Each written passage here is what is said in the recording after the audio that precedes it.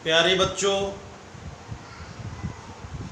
Shri Shyam group of education के online platform पर एक बार सभी प्यारे बच्चों का स्वागत है। मैं सुनील शर्मा, विज्ञान विषय का अध्यापक। तो अपना पाठ नंबर चल रहा था 12 विद्युत, कक्षा 10वीं। ओके, तो हमने आपको ओम का नियम करवा दिया था, ओम का नियम का प्रायोगिक सत्यापन करवा दिया था और ये भी बता दिया था कि किसी चालक तार का प्रतिरोध 4 कारकों पर निर्भर करता है। चालक तार की लंबाई L पर, नंबर 2 चालक तार के अनुप्रस्थ काट के क्षेत्रफल A पर, नंबर 3 चालक तार के ताप पर और नंबर 4 चालक तार के पदार्थ की प्रकृति पर। तो आज का अपना टॉपिक है बच्चों विशिष्ट प्रतिरोध, या इसी को ही बोलते हैं प्रतिरोधकता। क्या बोलते हैं इसको? प्रतिरोधकता। अच्छी डेफिनेशन है और टॉपिक इंपॉर्टेंट है। ये बहुत बार बोर्ड एग्जाम में पूछा जाता है।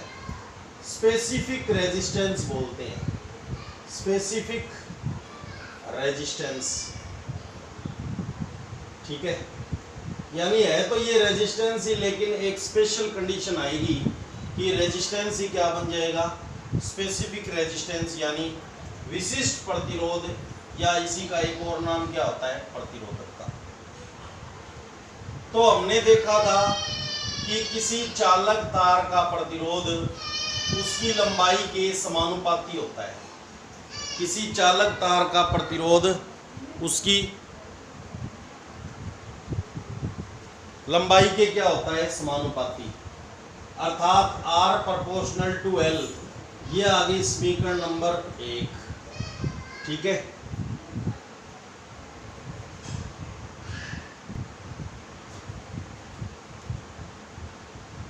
तो किसी चालक तार का प्रतिरोध उसकी लंबाई के समानुपाती होता है, समीकरण नंबर 1। और दूसरा हमने देखा था कि किसी चालक तार का प्रतिरोध उसके अनुप्रस्थ काट के क्षेत्रफल के व्युत्क्रमानुपाती होता है। यानी जितना मोटा तार होगा उसका प्रतिरोध उतना ही क्या होगा? कम होगा, और जितना पतला तार होगा उसका प्रतिरोध उतना ही क्या होगा? ज़्यादा। अनुप्रस्थ काट का क्षेत्रफल यानी वृत्त का क्षेत्रफल। ये आ गई बच्चों समीकरण नंबर 2। समीकरण 1 व 2 से, समीकरण 1 व समीकरण 2 से क्या लिख सकते हैं? R समानुपाती L और गुणा में 1/A, अंश की अंश में हर का हर। R समानुपाती L/A, R समानुपाती L/A। ये आपको पता है बच्चों, समानुपाती निशान होता है और ये जब हटता है और बराबर का निशान आता है तो कोई न कोई एक समानुपाती नियतांक आ जाता है। ठीक है, जैसे परसेंट जब हटता है तो भाग में 100 आ जाता है, और पॉइंट हटता है तो भाग में 1 आ जाता है, और उतनी जीरो आती है जितना उसके आगे अंक होते हैं। और पेरेंट्स जब हटते हैं तो या तो ज़मीन जायदाद छोड़ देते हैं और या कर्जा छोड़ देते हैं। और प्रोपोर्शनल यानी समानुपाती निशान हटता है तो कोई न कोई समानुपाती नियतांक छोड़ देता है।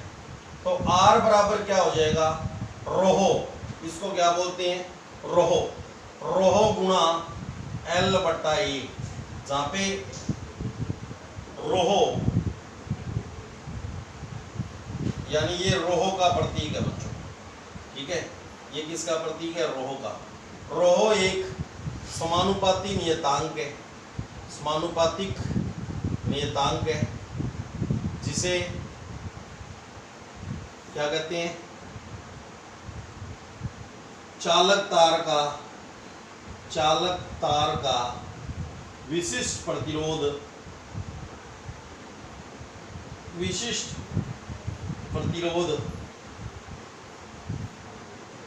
या प्रतिरोधकता कहते हैं। विशिष्ट प्रतिरोध या क्या कहते हैं? प्रतिरोधकता कहते हैं। चालक तार का विशिष्ट प्रतिरोध या प्रतिरोधकता कहते हैं।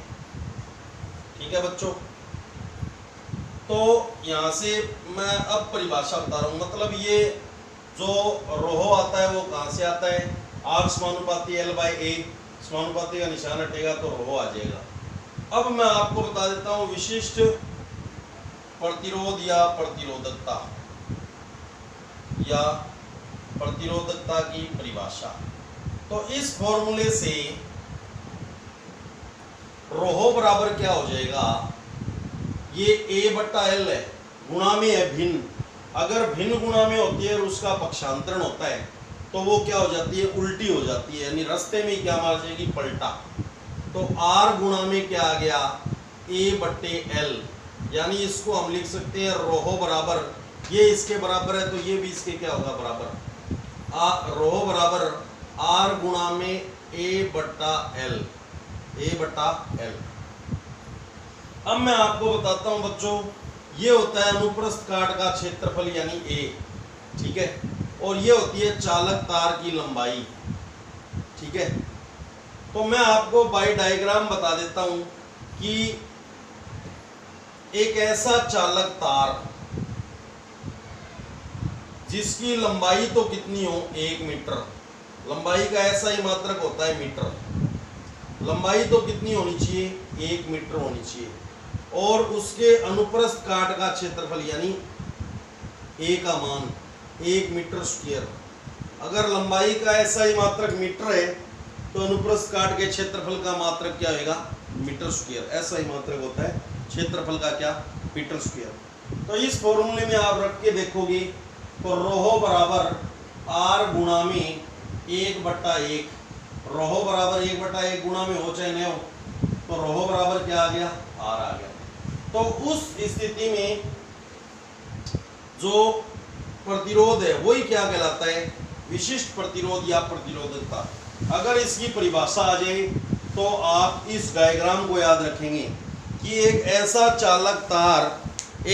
चालक तार जिसकी लंबाई तो कितनी हो? 1 मीटर, और उसके अनुप्रस्थ काट का क्षेत्रफल कितना हो? 1 मीटर स्क्वायर। तो उस चालक तार का जो प्रतिरोध है वही क्या कहलाता है? विशिष्ट प्रतिरोध या प्रतिरोधकता। यानी एक ऐसी कंडीशन आती है कि किसी चालक तार का प्रतिरोध ही क्या बन जाता है? विशिष्ट प्रतिरोध बन जाता है, और उसी को ही क्या कहा जाता है?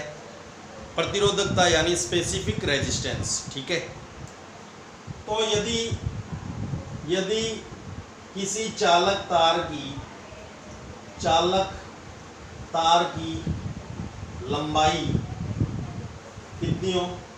1 मीटर, वह अनुप्रस्थ काट का क्षेत्रफल कितना हो?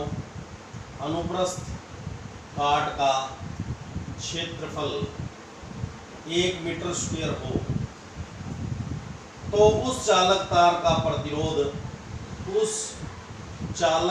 का प्रतिरोध ही क्या कहलाएगा? विशिष्ट प्रतिरोध या क्या कहलाता है? प्रतिरोधकता कहलाता है। प्रतिरोध या प्रतिरोधकता कहलाता है। ठीक है, यदि किसी चालक तार की लंबाई 1 मीटर और अनुप्रस्थ काट का क्षेत्रफल कितना हो? 1 मीटर स्क्वायर, तो उस चालक तार का प्रतिरोध ही विशिष्ट प्रतिरोध या क्या कहलाता है? प्रतिरोधकता कहलाता है। अब हम बात करते हैं बच्चों विशिष्ट प्रतिरोध या प्रतिरोधकता का मात्रक। विशिष्ट प्रतिरोध या प्रतिरोधकता का एसआई मात्रक, कौन सा मात्रक? एसआई मात्रक, यानी अंतरराष्ट्रीय मात्रक, जिसको पूरे वर्ल्ड के अंदर उसी मात्रक में मापा जाता है, तो वो ऐसा ही मात्रक होता है, सिस्टम ऑफ इंटरनेशनल। मैं आपको बता दूं, मैंने आपको दो ही चीज़ें बताई है बच्चों, कि दो मुख्य चीज़ें कि किसी भी भौतिक राशि का जो मात्रक है वो कौन सा लिया जाएगा? एसआई मात्रक। यानी सूत्रों में जो मात्रक चलेंगे वो कौन से मात्रक चलेंगे, एसआई मात्रक चलेंगे। और परिभाषा के गणितीय रूप से किसका गणितीय रूप आता है, मात्रक का गणितीय रूप आता है। तो देखिए ये विशिष्ट प्रतिरोध का फॉर्मूला है बच्चों, ये किसका फॉर्मूला है, विशिष्ट प्रतिरोध का। तो रोहो से लिखते हैं इसको, तो रोहो का एसआई मात्रक क्या आएगा, मैं आपको सोल्व करके बताता हूं। आर का एसआई मात्रक होता है ओम, ठीक है, गुणा इसका होता है मीटर स्क्वायर, और लंबाई का मात्रक हो गया मीटर, ठीक है। मीटर स्क्वायर है उसकी एक घात से एक घात कट गई तो मीटर रह गया केवल, तो इसका मात्रक आता है ओम इंटू मीटर। तो रोहो का ऐसा ही मात्रक क्या होता है, ohm into metre, ohm into metre होता है, ठीक है। तो ये मैंने आपको बताया कि परिभाषा का ये गणितीय रूप है, रोहो बराबर आर गुणा ए बाई एल। तो परिभाषा के गणितीय रूप से ही आपको पहले भी बताया गया कि परिभाषा के गणितीय रूप से ही मात्रक का गणितीय रूप आता है। तो रो का ऐसा ही मात्रक ओम इंटू, ये ओम तो किसका हो गया, आर का, रेजिस्टेंस का, ए का हो गया मीटर स्क्वायर, और लंबाई का हो गया, लेंथ का हो गया मीटर, ओके। मीटर स्क्वायर की एक घात से एक घात कट गई, ओम इंटू मीटर रह गया किसका मात्रक, रोहो का ऐसा ही मात्रक। अब मैं आपको बता देता हूं बच्चों, जो मिश्र धातु होते हैं, धातु या मिश्र धातु, धातु या मिश्र धातु की जो प्रतिरोधकता होती है, यानी रोहो का मान होता है, वो होता है 10 की घात -8 ओम इंटू मीटर से 10 की घात -6 ओम इंटू मीटर के बीच। मैं आपको बता दूं बच्चों, ये मान छोटा है, घात अगर माइनस की है तो वो जितनी बड़ी है वो उतनी क्या है, छोटी है। तो ये मान छोटा है और ये घात माइनस की है लेकिन छोटी है, वो क्या है, बड़ी है। जो घात माइनस की होती है वो जितनी छोटी है वो उतनी क्या होती है, बड़ी, और जो घात माइनस की होती है वो जितनी बड़ी है उतनी क्या होती है, छोटी। तो प्रतिरोधकता का प्रास धातु और मिश्र धातु के लिए 10 की घात -8 से ओम इंटू मीटर से 10 की घात -6 ओम इंटू मीटर के बीच होता है। अतः धातु या मिश्र धातु विद्युत के क्या होती हैं, सुचालक। धातु या मिश्र धातु विद्युत के क्या होती हैं, सुचालक। और जैसे कांच है, रबड़ है, प्लास्टिक है, ये पदार्थ, इनकी प्रतिरोधकता यानी रोहो का मान 10 की घात +12 ओम इंटू मीटर से 10 की घात +17 ओम इंटू मीटर के बीच होता है। 10 की घात 12 ओम इंटू मीटर से 10 की घात 17 ओम इंटू मीटर के बीच होता है। अतः ये पदार्थ विद्युत के क्या होते हैं, कुचालक। क्योंकि घातें प्लस में है तो मान बहुत ज़्यादा है। इसका तो ये मतलब है कि आगे 12 जीरो, इसका ये मतलब है कि आगे 17 जीरो, ठीक है। तो घातें प्लस में होती है तो मान बहुत बड़ा होता है, और घातें माइनस में होती है तो मान बहुत कम होता है। तो ये तो प्रतिरोधकता इनकी तो कम है, तो ये विद्युत के सुचालक। और कांच, रबड़, प्लास्टिक, इनकी प्रतिरोधकता क्या है, बहुत ज़्यादा, यानी घातें प्लस में है तो इनका मान क्या है, बहुत ज़्यादा। तो ये विद्युत के क्या होती हैं, कुचालक होती हैं, ठीक है। तो ये आपको टॉपिक, इम्पोर्टेंट टॉपिक है और ये आपको अच्छे से समझ में आ गया होगा, ठीक है।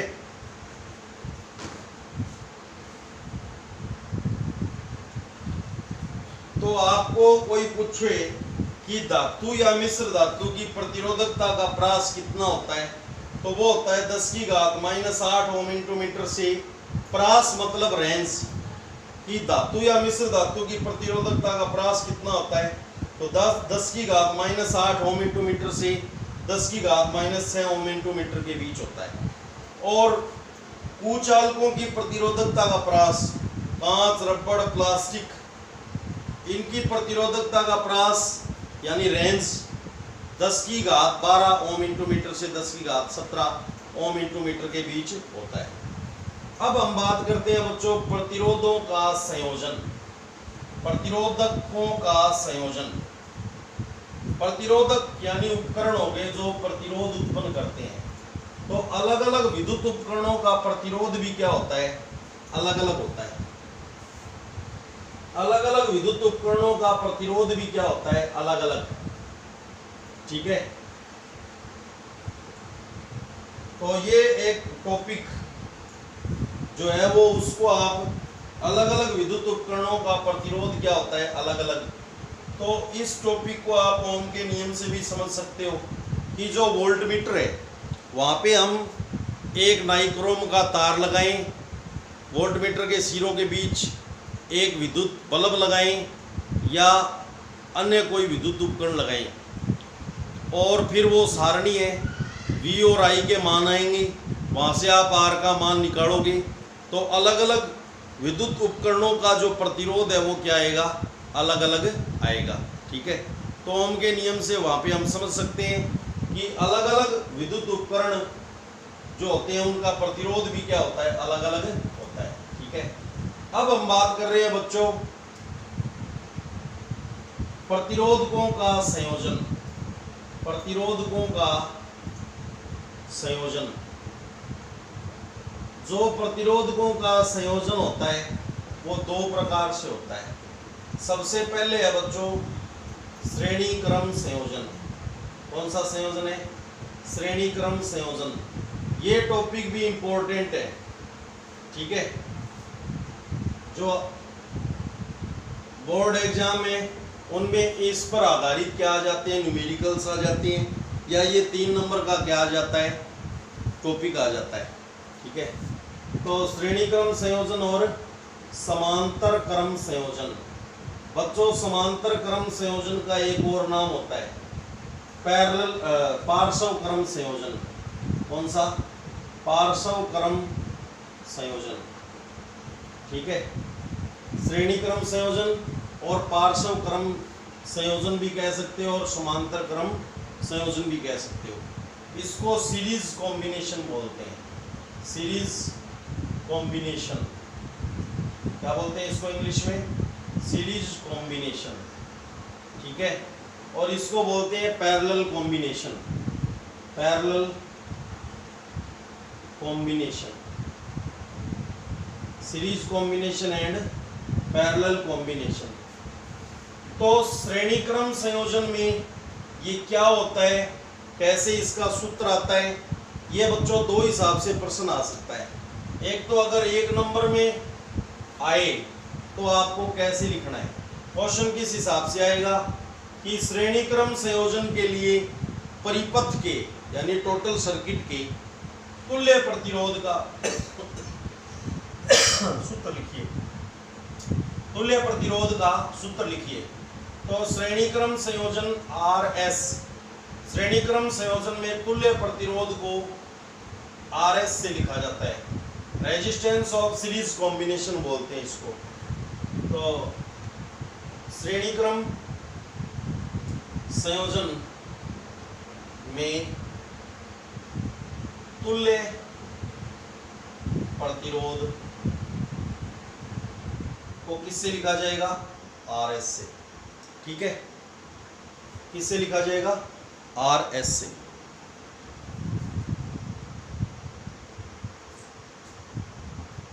तो उसका फॉर्मूला होता है R1 plus R2 plus R3 plus dot dot dot plus RN।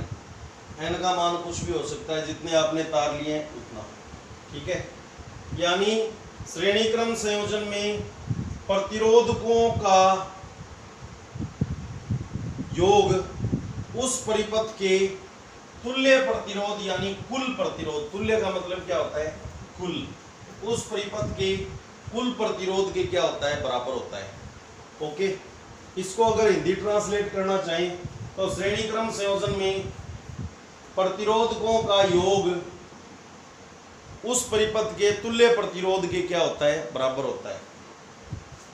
और इसमें क्या होएगा, अगर एक नंबर में ये पूछ ले तो कैसे आएगा क्वेश्चन कि श्रेणी क्रम संयोजन में तुल्य प्रतिरोध का सूत्र लिखिए। तो श्रेणी क्रम संयोजन में तुल्य प्रतिरोध का सूत्र होता है RS is equal R1 plus R2 plus R3 plus dash dash dash plus RN। और समांतर क्रम संयोजन में क्या होता है, प्रतिरोधकों की, ये प्रतिरोधक हो गए RN तक ले लिए, जितने भी n का मान कुछ भी हो सकता है।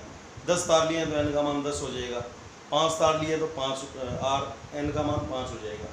प्रतिरोधकों के व्युत्क्रमों, व्युत्क्रम का मतलब उल्टा, और किसी का उल्टा करना है तो एक के जिसका जो हर होता है उसको अंश में चेंज कर दो, जिसका हर कुछ नहीं होता है ऑटोमेटिक क्या होता है 1। तो प्रतिरोधकों के व्युत्क्रमों का, ये प्रतिरोधकों के व्युत्क्रम हो गए, इनका योग, इनका क्या कर दिया योग, डॉट डॉट डॉट प्लस। प्रतिरोधकों के व्युत्क्रमों का योग उस परिपथ के तुल्य प्रतिरोध के व्युत्क्रम के बराबर होता है। तो R पैरेलल, RP लगा देते हैं, यहाँ पे R पैरेलल हो गया, और RS लगा दिया तो R सीरीज हो गया। तो ये सूत्र होता है किसका, 1 नंबर में पूछे तो आपको ये बताना है, ठीक है। ये दोनों जो सूत्र है हम क्या करेंगे, सिद्ध करेंगे। तो कैसे आएगा क्वेश्चन कि समांतर क्रम संयोजन या पार्श्व क्रम संयोजन में तुल्य प्रतिरोध का सूत्र लिखिए, तो ये सूत्र है।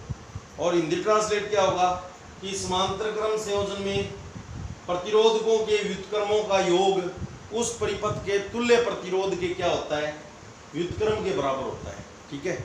तो अब हम इन दोनों सूत्रों को क्या करेंगे, सिद्ध करेंगे, और ये बताएंगे कि श्रेणी क्रम संयोजन क्या होता है और समांतर क्रम संयोजन क्या होता है, ठीक है। तो ये आपके जो शब्द हैं ये पहले भी आए हुए हैं, आज इस बात को क्या कर देंगे, इस वीडियो में क्लियर कर देंगे कि श्रेणी क्रम संयोजन और समांतर क्रम संयोजन क्या होता है, कैसे यूज होता है। तो देखिए अब मैं आपको सूत्र व्युत्पन्न करने बता रहा हूं।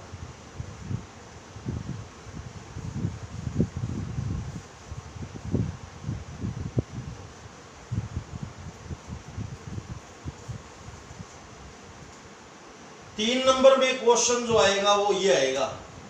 सबसे पहले हम वो सूत्र लेके आएंगे कि कैसे आता है। श्रेणी क्रम संयोजन में तुल्य प्रतिरोध का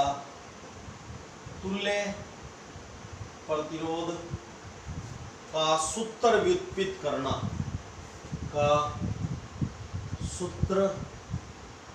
व्युत्पन्न करना यानी सिद्ध करना कहां से आता है, ठीक है, ये चीज है। श्रेणी क्रम संयोजन में तुल्य प्रतिरोध का सूत्र व्युत्पन्न करना। तो देखिए श्रेणी क्रम संयोजन की आप परिभाषा में आपको बता देता हूं। श्रेणी क्रम संयोजन यानी सीरीज कॉम्बिनेशन,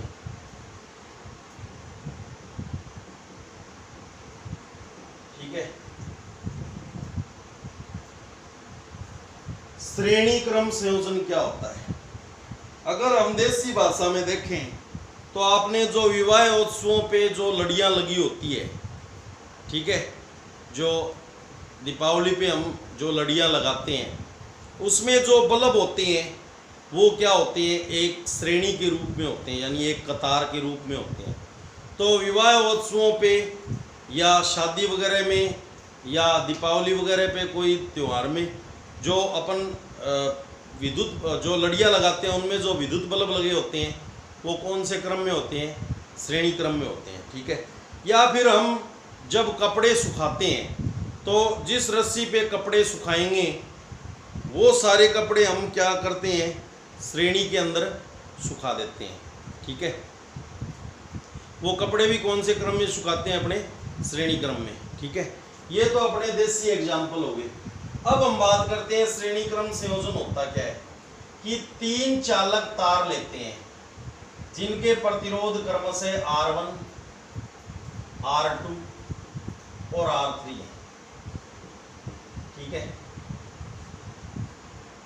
3 चालक तार लेते हैं जिनके प्रतिरोध क्रमशः R1 व R2 व R3 है।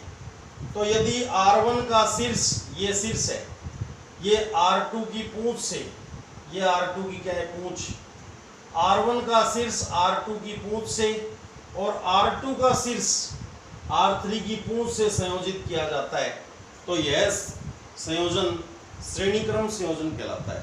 यानी ये एक ही कतार के अंदर, एक ही लाइन के अंदर आ गए। जब R1 का शीर्ष R2 की पूंछ से और R2 का शीर्ष R3 की पूंछ से संयोजित किया जाता है, तो यह संयोजन कौन सा संयोजन कहलाता है? श्रेणी क्रम संयोजन कहलाता है। ठीक है,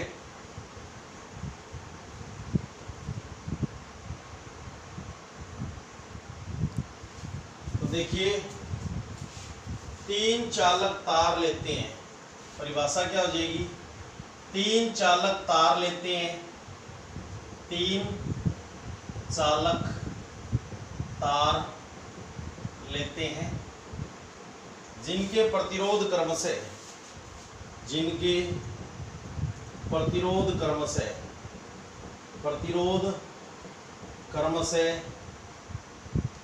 यानी लगातार R1, R2 व R3 है। यदि R1 का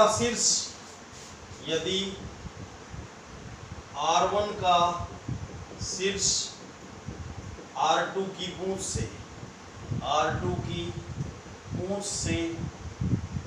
व R2 का शीर्ष R3 की पूंछ से संयोजित किया जाता है, R2 का शीर्ष R3 की पूंछ से संयोजित किया जाता है, जोड़ा जाता है। संयोजन का मतलब जोड़ना, संयोजित किया जाता है, तो यह संयोजन क्या कहलाएगा? श्रेणी क्रम संयोजन कहलाता है। श्रेणी क्रम संयोजन कहलाता है। ठीक है, अब क्या करते हैं? नंबर 1, सर्वप्रथम एक बैटरी B, एक कुंजी K,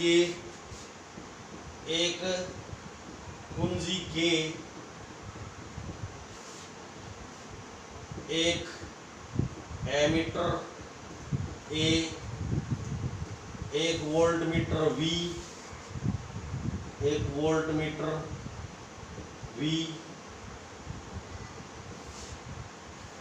व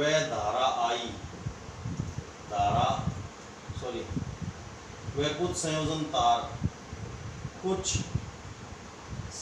तार लेकर परिपथ चित्र बनाते हैं।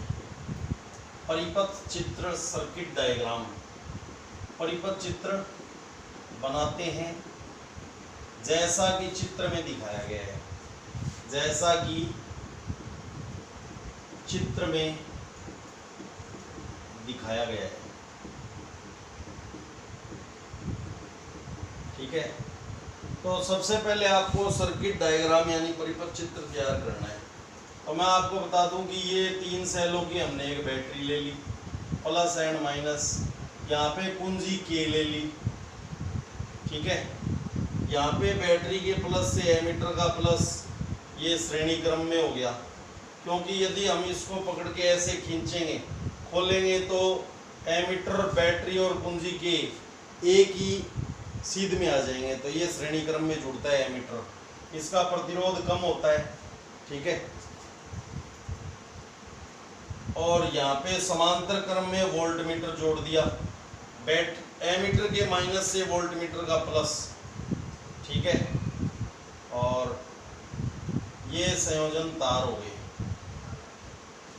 अब ये हो गया परिपथ का मुक्त सिरा X एंड Y। ठीक है, तो ये हमने कौन सा चित्र बना दिया? परिपथ चित्र। ये क्या है? परिपथ चित्र। ठीक है, किसके लिए? श्रेणी क्रम संयोजन हेतु। ये नीचे लिख सकते हो आप, श्रेणी क्रम संयोजन हेतु संयोजन हेतु परिपथ चित्र। ठीक है, अब 2 नंबर पे क्या करना है, 3 चालक तार लेते हैं, 3 चालक तार लेते हैं जिनके प्रतिरोध क्रमशः R1, R2 व R3 है। R1, R2 व R3 है, जिन्हें परिपथ के मुक्त सिरों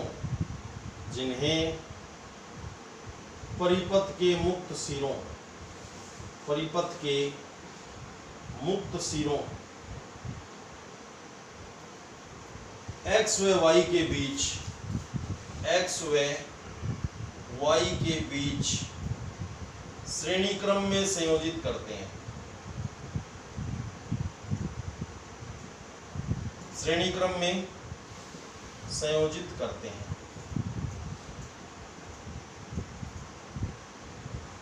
ठीक है, तो ये तो हो गया चालक तार R1,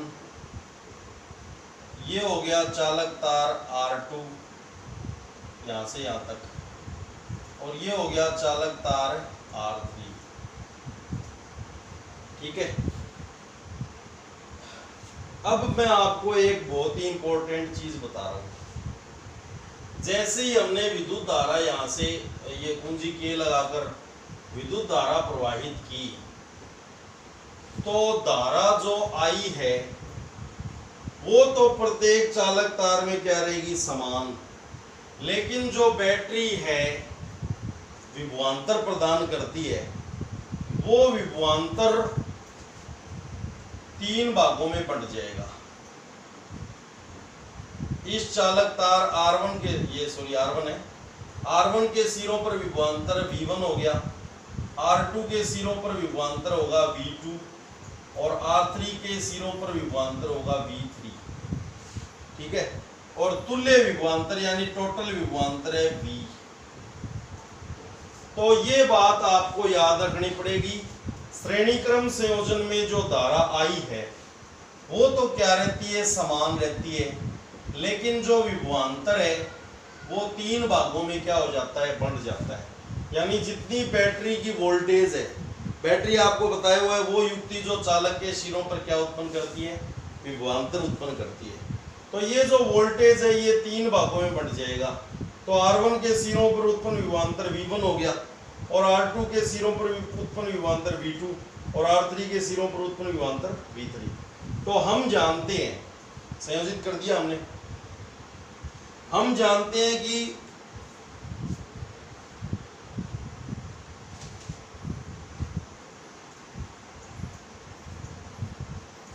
चूंकि हम जानते हैं कि श्रेणी क्रम संयोजन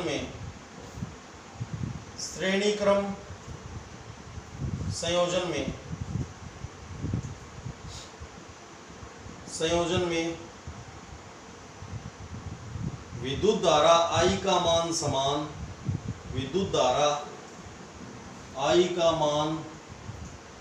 समान, परंतु चालक तार के सिरों पर उत्पन्न विभवांतर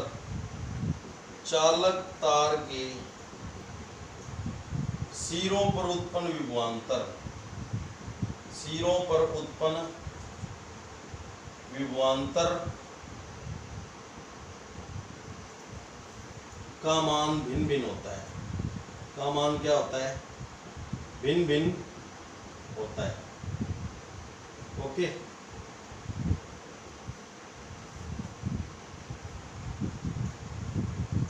तो चालक तार R1, R2 व R3 के सिरों पर उत्पन्न विभवांतर, मान लिया हमने, माना चालक तार R1, R2 व R3 के सिरों पर उत्पन्न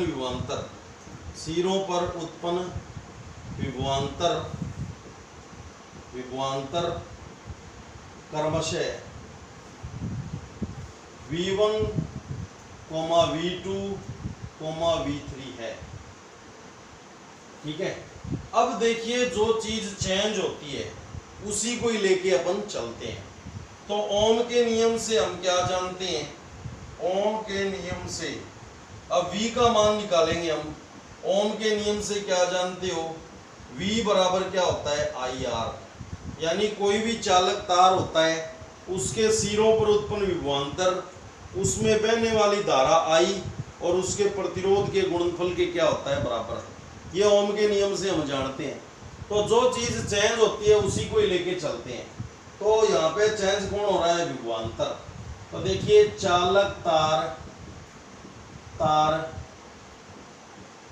R1 के सिरों पर विभवांतर, सिरों पर विभवांतर क्या है, विभवांतर V1 है।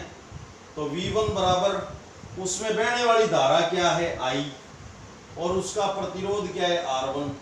तो V1 बराबर क्या हो गया R1। ये कौन सी समीकरण आ गई, समीकरण नंबर 1। ठीक है, अब देखो इसी प्रकार से चालक तार R2 के सिरों पर विभवांतर क्या है V2। तो V2 बराबर उसमें बहने वाली धारा तो I है और उसका प्रतिरोध क्या है R2। ये कौन सी समीकरण आ गई, समीकरण नंबर 2। इसी प्रकार चालक तार R3 के सिरों पर विभवांतर V3 बराबर क्या हो गया, उसमें बहने वाली धारा I, धारा का मान तो समान रहता है श्रेणी क्रम संयोजन में, और उसका प्रतिरोध R3। यह आ गई समीकरण नंबर 3। अब इन तीनों को जोड़ोगे लेफ्ट भाग को तो राइट भाग को भी जोड़ना पड़ेगा, मतलब समीकरणें जुड़ेंगी तो तुल्य विभवांतर यानी टोटल सर्किट का विभवांतर आ जाएगा। तो समीकरण 1 प्लस समीकरण 2 प्लस समीकरण 3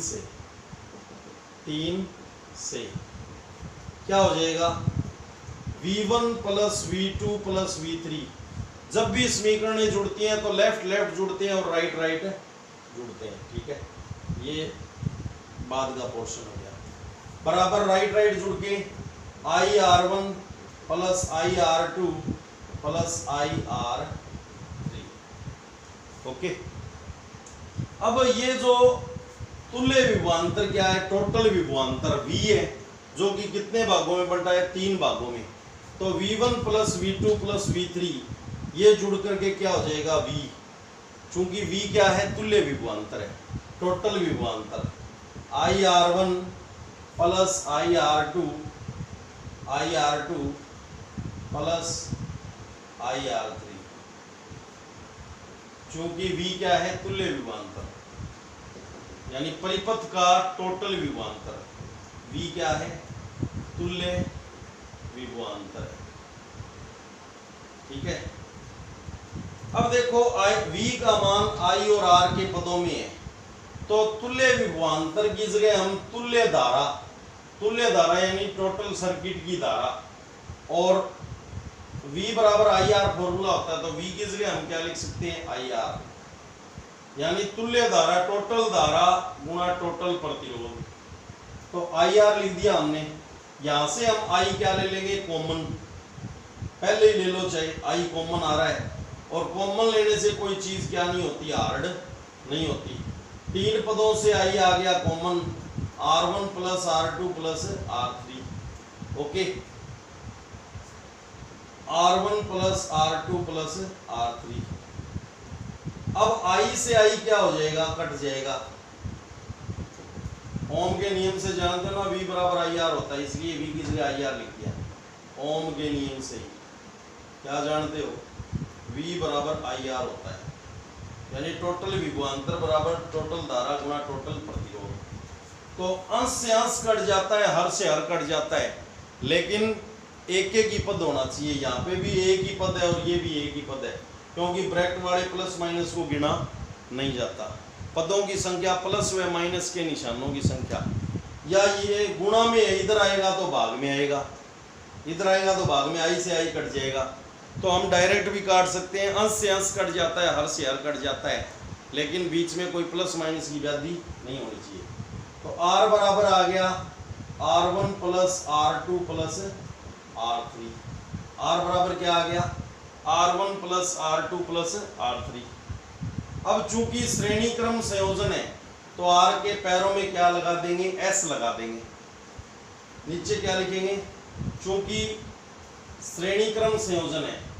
अब ये जगह ये तो मैं ऊपर वाला साफ कर देता हूँ, श्रेणी क्रम संयोजन की परिभाषा ये मैं क्या कर देता हूँ, मिटा देता हूँ।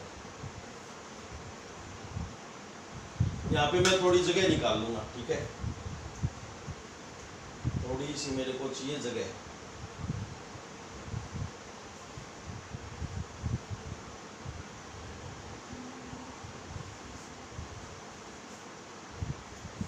तो ये यहां तक तो हो ही गया।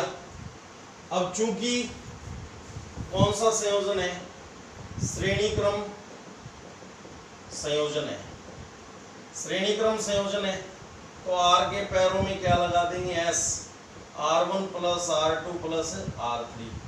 अब चूंकि यदि परिपथ में क्या जुड़े हों, परिपथ में N प्रतिरोधक जुड़े हो, या तो हमने 3 ही लिए हैं, N प्रतिरोधक जुड़े हों तो RS बराबर क्या हो जाएगा, तब RS बराबर क्या हो जाएगा, R1 plus R2 plus R3 plus dot dot dot plus RN। जहां RS क्या है, जहां RS श्रेणी क्रम संयोजन परिपथ का तुल्य प्रतिरोध है। श्रेणी क्रम संयोजन में टोटल प्रतिरोध, टोटल रुकावट कितनी देगा, श्रेणी क्रम संयोजन में परिपथ का तुल्य प्रतिरोध है। परिपथ का क्या है, तुल्य प्रतिरोध है, ठीक है। तो इस प्रकार श्रेणी क्रम संयोजन में तुल्य प्रतिरोध का सूत्र व्युत्पन्न हुआ। इस प्रकार ये बात आप लिख सकते हो आगे, इस प्रकार श्रेणी क्रम संयोजन में तुल्य प्रतिरोध का सूत्र व्युत्पन्न हुआ, ये बात आपको लिखनी है। तो देखिए श्रेणी क्रम संयोजन में प्रतिरोधकों का योग उस परिपथ के तुल्य प्रतिरोध के क्या होता है, बराबर होता है। श्रेणी क्रम संयोजन में परिपथ का तुल्य प्रतिरोध, ये बात भी आप लिख सकते हो नीचे, श्रेणी क्रम संयोजन में प्रतिरोधकों का योग उस परिपथ के तुल्य प्रतिरोध के क्या होता है, बराबर होता है। तो सबसे पहले ये 3 नंबर का इतना पोर्शन, ये 3 नंबर का आता है बच्चों। कितने नंबर का, 3 नंबर का। तो सर्वप्रथम एक बैटरी, एक कुंजी के, एक एमीटर, एक वोल्टमीटर और कुछ संयोजन तार लेकर परिपथ चित्र बनाते हैं, जैसा कि चित्र में दिखाया गया है। देखिए बैटरी के प्लस से एमीटर का प्लस, एमीटर के माइनस से वोल्टमीटर का प्लस, वोल्टमीटर के माइनस से बैटरी का माइनस, कुंजी के कहीं पे भी लगा दो। ये परमानेंट डायग्राम है इस पार्ट का, ठीक है। तो ये आपको अच्छे से ध्यान होना चाहिए। अब क्या करते हैं, 3 चालक तार लेते हैं जिनके प्रतिरोध क्रम से R1, R2, R3 है, जिन्हें परिपथ के मुक्त सिरों X व Y के बीच लगाते हैं, जैसा कि चित्र में दिखाया गया है। हम जानते हैं कि श्रेणी क्रम संयोजन में परिपथ में धारा का मान तो क्या रहेगा, समान रहेगा। प्रत्येक चालक तार में धारा का मान तो धारा I है तो वो I रहेगी। धारा का मान तो समान रहता है, परंतु प्रत्येक चालक तार के सिरों पर उत्पन्न विभवांतर का मान क्या रहता है, भिन्न भिन्न रहता है। प्रत्येक चालक तार के सिरों पर उत्पन्न विभवांतर का मान क्या होता है, भिन्न भिन्न। यानी जो बैटरी का वोल्टेज है वो 3 भागों में बंट जाएगा। कितने भागों में बंट गया, 3 भागों में। तो श्रेणी क्रम संयोजन में विद्युत धारा I का मान समान, परंतु चालक तार के सिरों पर उत्पन्न विभवांतर का मान क्या होता है, भिन्न भिन्न। ये बात मैन है, ये आपको याद रखनी है अच्छे तरीके से कि धारा का मान तो सेम रहता है लेकिन विभवांतर का मान क्या होता है, भिन्न भिन्न चालक तार के सिरों पर। अब जो चीज चेंज होती है उसी को ही लेके चलते हैं। तो हमने ये मान लिया, माना चालक तार R1, R2, R3 के सिरों पर उत्पन्न विभवांतर V1, V2, V3 है। जो चीज चेंज होती है उसी को ही लेके चलते हैं। ओम के नियम से हम जानते हैं कि कौन चेंज हो रहा है, V चेंज हो रहा है तो V को लेके चलेंगे। तो V बराबर IR होता है ओम के नियम से। यानी किसी चालक तार के सिरों पर उत्पन्न विभवांतर उसमें बहने वाली धारा और उसके प्रतिरोध के गुणनफल के क्या होता है, बराबर होता है। तो चालक तार R1 के सिरों पर उत्पन्न विभवांतर क्या है, V1, तो उसमें V1 किसके बराबर होगा, उसमें बहने वाली धारा I और उसके प्रतिरोध R के गुणनफल के बराबर। इस हिसाब से समीकरण 1 आ गई। इसी प्रकार चालक तार R2 के सिरों पर उत्पन्न विभवांतर V2, उसमें बहने वाली धारा I और उसके प्रतिरोध R2 के गुणनफल के बराबर होगा। समीकरण 2। R3 के सिरों पर उत्पन्न विभवांतर V3 बराबर उसमें बहने वाली धारा I, उसके प्रतिरोध R3 गुणनफल के बराबर। ये 3 समीकरण आ गए, इनको ऐड कर दो आप। तो लेफ्ट लेफ्ट जुड़ेंगे, राइट राइट जुड़ेंगे। V1 plus V2 plus V3 बराबर IR1 plus IR2 plus IR3। ये जुड़ करके टोटल V हो गया तुल्य विभवांतर। परिपथ का तुल्य विभवांतर V है। V 3 भागों में बटा था, तो ये 3 भागों को जोड़ेंगे तो V आ गया। और यहाँ से I 3 पदों से क्या ले लिया, I ले लिया 3 पदों से कॉमन, तो ब्रैकेट के अंदर 3 पद ही आएंगे। तो अब ओम के नियम से इधर V का मान I और R के पदों में है, तो इस V को भी आप I और R के पदों में चेंज कर लो। ओम के नियम से क्या जानते हो कि तुल्य विभवांतर जो होता है वो सर्किट की तुल्य धारा और तुल्य प्रतिरोध के क्या होता है, गुणनफल के बराबर होता है। तो V की जगह IR ओम के नियम से लिख दिया। अब I से I क्या हो गया, कट गया, क्योंकि ये गुणा में इधर आएगा तो भाग में कट जाएगा। तो I से I कट गया, R बराबर R1 plus R2 plus R3, जहाँ पे R क्या है, परिपथ का तुल्य प्रतिरोध है। अब चूंकि ये श्रेणी क्रम संयोजन है तो R के पैरों में S लगा देंगे, R सीरीज निशानी के लिए। तो यदि परिपथ में N प्रतिरोधक जुड़े हैं, यहाँ पे RS क्या है, श्रेणी क्रम संयोजन में परिपथ का तुल्य प्रतिरोध है, ठीक है।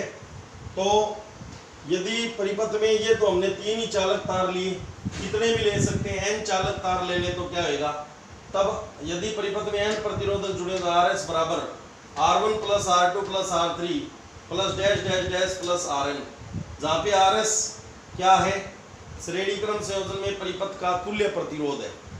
और इस प्रकार श्रेणी क्रम संयोजन में परिपथ के तुल्य प्रतिरोध की क्या हुई, व्युत्पत्ति हो गई। ओके, और इस प्रकार हम कह सकते हैं कि श्रेणी क्रम संयोजन में परिपथ का तुल्य प्रतिरोध उस परिपथ में जुड़े हुए प्रतिरोधकों के योग की क्या होता है, बराबर होता है, ठीक है। तो समांतर क्रम संयोजन में जो तुल्य प्रतिरोध का सूत्र होता है 1/RP बराबर 1/R1 plus 1/R2 plus 1/R3 plus dash dash dash plus 1/RN, वो हम नेक्स्ट वीडियो में क्या करेंगे, आपको समझाएंगे।